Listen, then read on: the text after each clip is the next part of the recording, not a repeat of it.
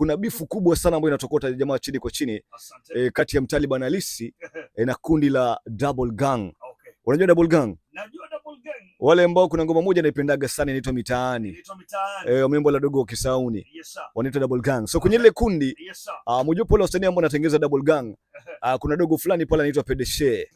Yule mweupe kabisa kwenye ile kundi. Okay. So Pedeshe iko hivi jamaa. Pedeshe alikuwa ni mwana sana wa Mtalibani. Okay. Unaelewa? So Mtalibani kamdrop. Si mwana tena, si mwana tena. Double Gang wanasemaje? So Double Gang wanadai kwamba, yes sir, ukumbuke Pedeshe alikuwa mchizi sana, alikuwa mwana sana wa Mtalibani. Sasa baada ya Mtalibani kumdrop Pedeshe, washikaji wale wa Double Gang wakamchukua Pedeshe. So sasa hivi wanadai kwamba bana, Double Gang wanadai kwamba Mtalibani halisi amecopy paste mistari yao. Okay. Changa sana mjini usio.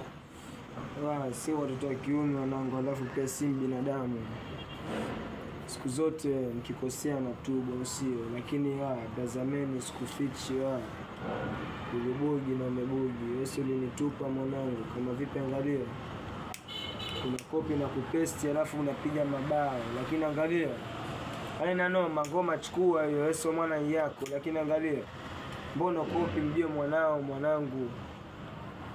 Kuna mwana Juma, mwana Lima, mwana Misi au ni wana saliti. Wewe ni mmoja wapo mwanangu, alafu tena cheki unataja mwana Juma ndani ya ngoma yako. Anaangalia mwanangu, acha kuiba vinafanya zako mwanangu, kishaini navyo hujui vilipotokea, mtu adumiza kichwa bro. Alafu tambua si ndo makamanda saa